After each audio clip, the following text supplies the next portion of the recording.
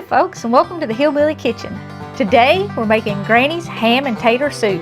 Now this is one of those recipes that really should be used as a guide more than as the law, because there are so many substitutions you can make in this. You can make it with any kind of ham, you can use any kind of milk in it, you can use any variety of potatoes, and you can season it pretty much with anything that you want to. Now for seasoning, I'm using some vegetables, and I'm going to do like a vegetable stock in this because I don't like to pour canned stock and stuff in my homemade soup. That kind of defeats the purpose of having homemade soup to me. So I'm using some chopped up carrots, chopped up celery, chopped up onions, and chopped up green peppers, and butter, and just a little salt and pepper, and that's going to season it. And of course I've got some ham in it, and that's kind of going to season it too. And I have about 8 ounces of ham here, and I've got about 4 cups of potatoes that I've chopped up. And how big you chop your ham and your potatoes is entirely up to you. You can have this really chunky, or you can have it creamier. And I'm going to do something a little bit creamier. And the only other thing you need is some water. Now how you cook this is going to affect the flavor. You can put water in and put all your vegetables in and just start boiling it and boil it. But that's not going to give you the same flavor as if you get your pot hot, which is what we're going to do. And then you put your butter in it, and you get your butter hot, and then you put all these vegetables in your pot, and you can even go ahead and put your ham and your potatoes in there and kind of saute all of those in the butter. That's going to give you a totally different flavor than if you just boil it. Now you can make this, I said you can use any kind of ham, you can use any kind of leftover ham that you have, and depending on, you know, your budget and what you have available and how many people you have to feed, you can use anywhere from 4 ounces to a pound of ham in this. I mean, if you're on a really tight budget and you've got to feed a crowd, you can just use a little bit of ham in this and use it more as a flavoring. So you don't have to have a whole bunch of ham. I've only got about 8 ounces. But like I said, if you've got a lot of leftover ham that you need to use, maybe you made a ham for Easter or Thanksgiving or Christmas, and you want to use that extra ham, go ahead and throw it in here, because you can use a lot or you can use a little. So anyway, like I said, we're going to start with our butter, and we're going to get it hot first. And I'm using a whole stick of butter in this because a lot of my flavor is going to come from my butter. And also I don't want my vegetables to stick if I'm going to saute them. Now I said I'm using green peppers and onions and celery and carrots. You can put a whole lot more carrots in this if you want to. You can put big chunks of carrots and big chunks of potato in it, and it's very good that way. But I'm just using my carrot kind of as a seasoning. And generally speaking, you want at least a half a cup of all of your chopped vegetables. If there's something here you don't like, leave it out. If there's something you want to put in it, like if you really like mushrooms, you could put mushrooms in this. You could put hot peppers in it. The possibilities are just endless for things that you can flavor this with. For years, I would not eat anything with celery in it for most of my life, but I have found that as I get older, I really, really like the flavor that a little chopped celery adds, especially in soup. It makes vegetable stocks much richer and much tastier. The flavor it adds is just wonderful, and if you chop it fine, you're not going to even see it or taste it in what you're cooking. It's just going to accent that flavor.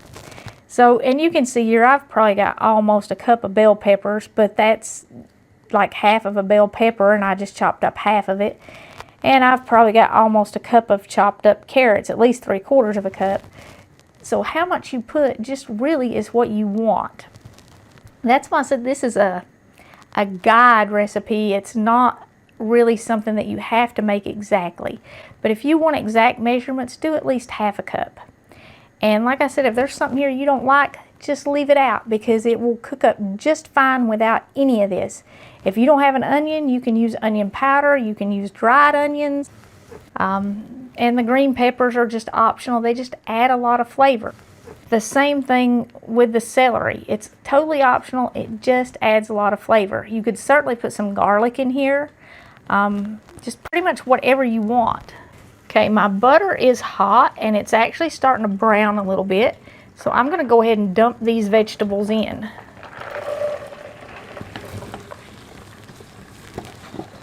Just all of them all at once. Now, if you actually let your butter brown before you add your vegetables, it will change the flavor of your whole soup. I'm also going to go ahead and add in my ham now.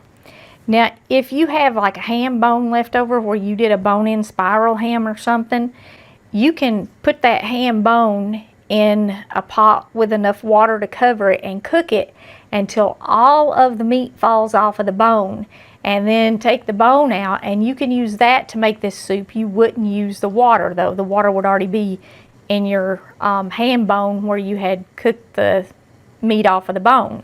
So you can make this soup with just a leftover ham bone if you want to. And putting the ham in here with the vegetables and letting it saute a little bit totally changes the flavor of the ham. And I really like this soup better with a saltier ham, but if you have a sweet ham left over, some brown sugar ham or honey ham or something, it'll work just fine in this.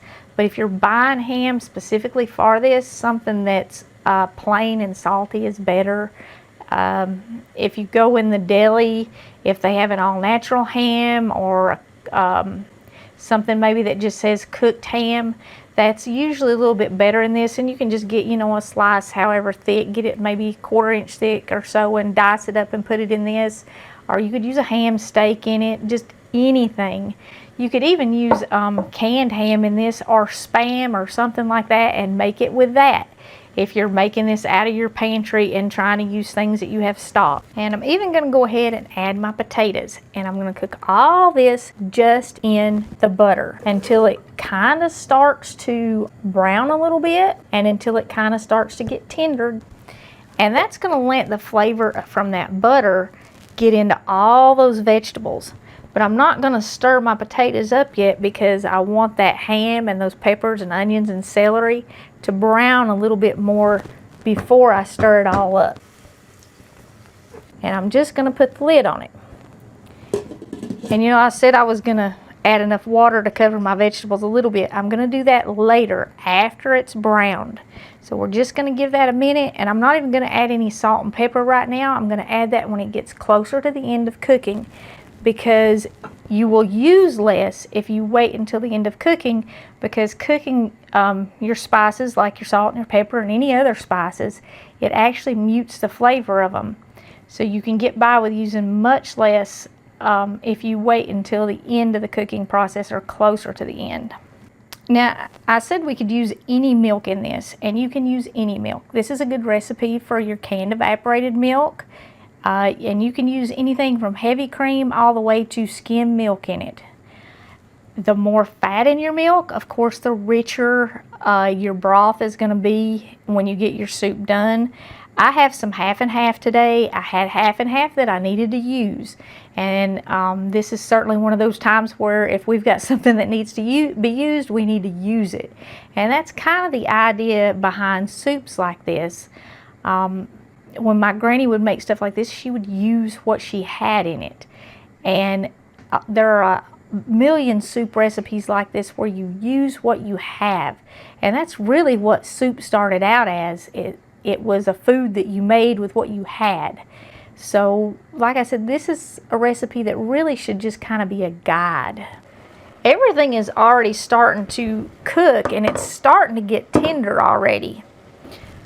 Oh, it smells so wonderful.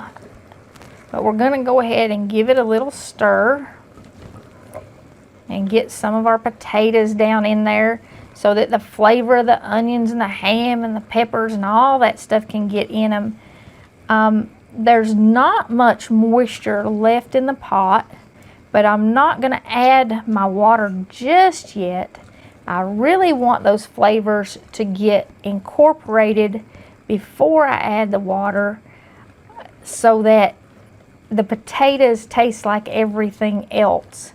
and the stock is really rich. I mean, we're even going to use the potatoes to kind of add to the vegetable stock, because that's the only stock in this. We're not going to add any canned stuff to it.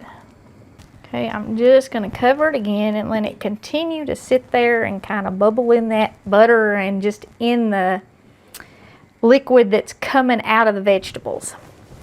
Okay, while your soup is sitting here and kind of simmering in its own juices and cooking in the butter, you do want to keep an eye on it, and you want to stir it occasionally. You want to make sure it doesn't dry out, because if it dries out, it'll burn really quick. But just stir it occasionally. When it looks like the vegetables are starting to cook and your butter's kind of soaked into them, at any point after that, you can go ahead and add your water.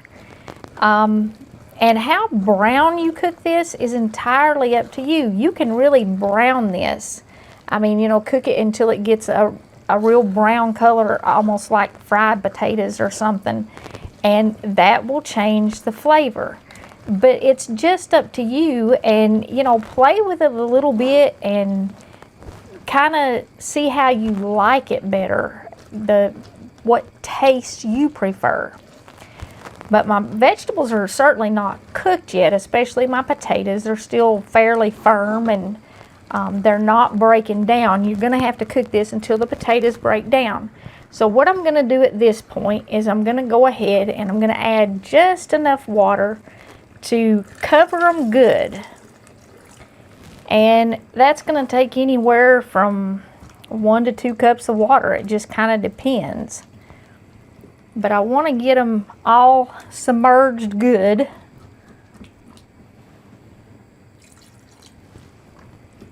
About like that, just a little bit above the top. And then I'm just going to let it sit here and simmer until my potatoes are really, really soft. And at this point, you shouldn't even need to stir it much, because it has enough liquid in it that it's not going to burn on the bottom, unless you've got a really, really thin pot. And if you have a really, really thin pot, sometimes even though you have plenty of liquid in your pot, it will tend to kind of burn on the bottom. So if you're using a really thin pot, you might have to stir it. Other than that, you can just let it sit there and simmer until those potatoes start to fall apart. In this new year and in these strange times that we're living in, I think it is more important now than ever that we as Christians show the world our faith. We need to let the world see the hope that we have in Jesus. We need to let the world see the peace that we have in our heart, because we know that He is in control. Because you see, no matter what's going on, God has not changed. He is still the same as He was yesterday, and He will be the same tomorrow. He is still working all things for the good of them who love Him. And He has not left us, because His word promises us that He will not leave us nor forsake us. And Psalm says, "Yea, though I walk through the valley of the shadow of death, I shall fear no evil, for Thou art with me. Thy rod and Thy staff, they comfort me." Even in the valley of the shadow of death, God is with us. And God's word also teaches us that if we seek Him first, that He will give us all that we need, and that He will take care of us. Seek ye first the kingdom of God and His righteousness. So our put God first, that needs to be stronger in our lives than it ever has been before, because we're going to need it to get through this. And like I said, we need to show the world our faith. We need to, more than ever, let the world see God in us. Because if they don't see God in a Christian, they are not going to see Him. They're never going to find Him. So it's your job and it's my job to let our light shine so that the world can come to know God. So continue to trust God, continue to pray for our nation, and continue to pray for our leaders. And show the world that you have God in you. Okay, once your potatoes get really done and they kind of start to fall apart, which mine are, now you want to go ahead and add your salt and your pepper or whatever else you want to season it with. And like I said, you can season this with about anything. It's just whatever flavor you like. I like it with just the vegetables and salt and pepper, and the green pepper and the onion and the celery and all that stuff is going to add so much flavor to it. I'm probably using maybe half teaspoon of pepper, and the salt and the pepper is just to taste. And I'm going to put close to a teaspoon of salt in this. And the salt will depend very much on the kind of ham you're using. If you use something like country ham in this, you're not going to want much salt because it is very, very salty, and you could use country ham in this. With all those vegetables, I want a little bit of salt. Now, something else that you could put in this, for the potatoes, you could use the dried diced potatoes if you had some of those put back and you wanted to use some of those. And you can even make this with instant potatoes, or you can thicken it with instant potatoes. Now, I like to take this little thing here, or a potato masher, and kind of bust up my potato chunks even a little bit smaller. Now, if you want yours super chunky, don't do this. And if you don't do this, you might want to take a few of your potatoes out and mash them up and then add them back into it, because the only thing that we're really using to thicken this with is the potatoes. And you can see it's very, very thick right now, where the potatoes have cooked down and actually kind of dissolved in that vegetable broth. I mean, you could almost eat it with a fork right now. Okay, now I'm going to add my milk. And just whatever kind of milk you've got will work.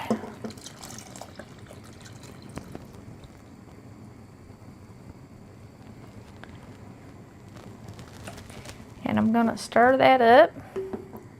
And I'm going to let it sit there and simmer until it comes back to a boil. And if you want this thicker, like I said, you can do a few mashed potatoes in it. You could also do a cornstarch slurry, or you could make a slurry and you could add a little bit of flour to your milk and add some milk and some flour in here, and that would thicken it. Now, if you use flour to make your slurry, you're going to want to cook it for a little bit longer, because a lot of people say that they can taste the flour in it, or in any kind of sauce or whatever that they use flour in to thicken it, and they don't like that taste of raw flour. So if you add you'd want to add maybe 2 to 4 tablespoons of flour if you used flour. Stir that up in your milk while it's cold, pour it in, and make sure you boil it for probably 3 or 4 minutes to cook that flour so you don't have that raw flour taste. Doing it like this, or if you use the instant potatoes to thicken it, or a cornstarch slurry, you don't have to do that. You just have to heat it back up. I do like to let mine simmer with the milk in it for just a couple minutes anyway, at least a couple of minutes, because the milk will actually thicken some too without anything in it. Now, how I adjust the thickness of my soup, or at least this kind of soup, is as it's simmering or coming back to a simmer after I've added my milk, I just take my spoon or whatever I'm using to stir it with and kind of mash up some of my potatoes just a little bit at a time by pushing the spoon on the edge of the pot and then giving it a little stir. And when it gets where I want it, I stop doing that. And like I said, there's a dozen ways you can thicken it, and it's up to you how thick you even want it. You might not want to thicken it at all. And you do want to keep in mind, as it cools, it is going to thicken a little bit because of the starch in the potatoes. And if you add instant potatoes to thicken it with, be very, very careful, because as they cool, they get really thick. So if you were going to add instant potatoes to thicken this, you would want to add them like a tablespoon at a time and stir it in and give it just a second to see what it's going to do. Don't dump in like a cup all at once, because you're going to end up with something you can slice instead of a creamy soup. But I think I've got mine about as thick as I want it, and it's definitely hot again. You know, the milk is hot, it's boiling. So I'm gonna cut it off and we're gonna enjoy a bowl. Now, when my kids were all home, or if I was making this for several people, I would make sure I had some shredded cheese and some sour cream to serve with it on the side. If you are making it just for yourself and you want the cheese in it, you can add the cheese to it now, and that'll actually thicken it up a little bit too. And you could even add the sour cream to it now. But not everybody likes that. Brett's really not a very big fan of sour cream, and he doesn't like cheesy soups much either. So I always serve it on the side, and this soup is excellent without the cheese. It's good with cheese, and it totally changes the flavor. So if you're making it for yourself, you might want to do it with cheese one day and without cheese another day. So if you have it on the side, you can change it. You can see what our soup looks like here. It does still have some pretty good sized chunks of potatoes in it. And like I said, you can mash it up more if you want it mashed up more, make it creamier. You could take a potato masher before you add your milk and really mash the potatoes up fine. But that's just up to you. Or you can do bigger chunks of ham and bigger chunks of potatoes and big chunks of carrots and have a really chunky soup. And still use that same vegetable broth to season it with. And you know, you've got all that flavor without the canned broth or without any bouillon or anything like that. And it has a much cleaner, more natural, more vibrant flavor. To me, when you add the canned broth and stuff to soup, that's kind of all you taste. You're going to taste the ham in this, and you're going to taste the vegetables in this. Even if you add the cheese and the sour cream, you're still going to taste that. And like I said, that totally changes it. So if you're making it for yourself or you're empty nesters like Brett and I, and you're going to be having it for a couple of days, do this stuff on the side, and that way you can have a different soup tomorrow. But thank y'all so much for joining us in the Hillbilly Kitchen. If you haven't already, please don't forget to click like and subscribe before you leave. And until next time, remember to put God first.